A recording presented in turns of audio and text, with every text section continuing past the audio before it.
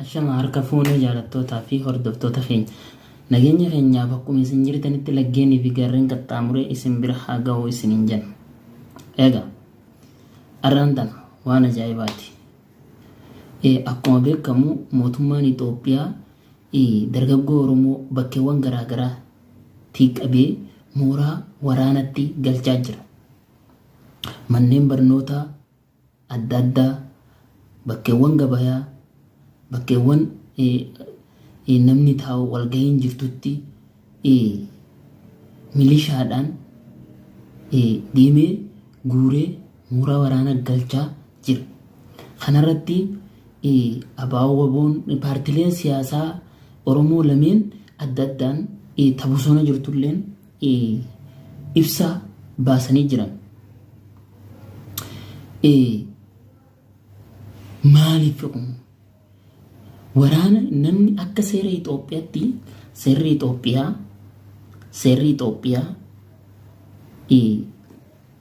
namni tokko waggaa 18 gaditti waraana deemuu hin danda'u hajoo qaba. Sunuu fedhiidhaan warroottan qaama mootummaati. Waan kana yeroo adda addaatti himaa ture. Kanaan wal qabatee namni lafa moo dachiidha moo maali? Kan dallaalaan nu gurguratee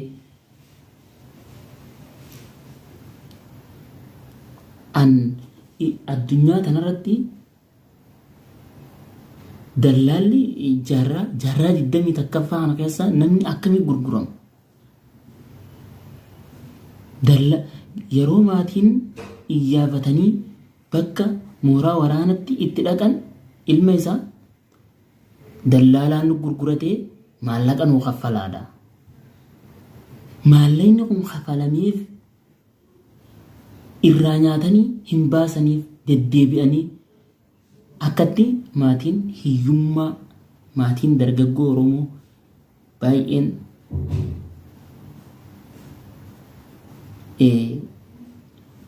hiyyummaaf saaxilamaa jira. Viidiyoo tana daqiiqaa 5 irraan muraa dhaggeeffadhaa.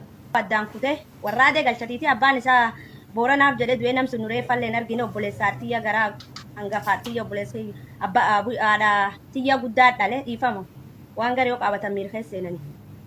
Abbaa isaa allaatti taksaree ala nyaate booranaaf jedhani. Nami kun nabir dhufee isa nabir dhufee kanalleen hin bahin simuulla harkan qabu ijoollee nami kun namgan 18 illee gadi namumgan 16 akkas.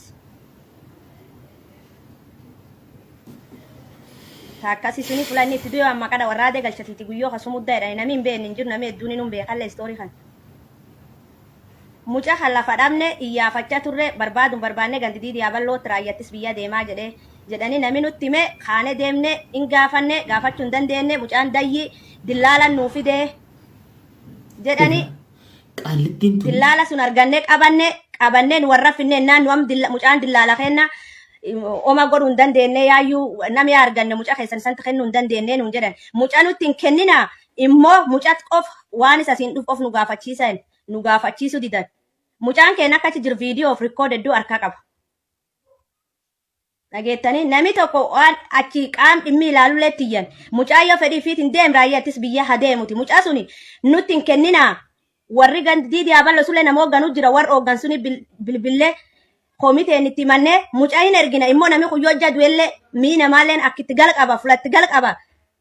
Nam kan akka dayyii dhossitanii dayyeetanii erguu jirani nam keenya akkasitti hin ergina harkanuu fuudha nam kan yoo erguu feetanillee akka inni dhalata eessaa kinni ta'e eenna kinni ta'e nuu tolcha enneen.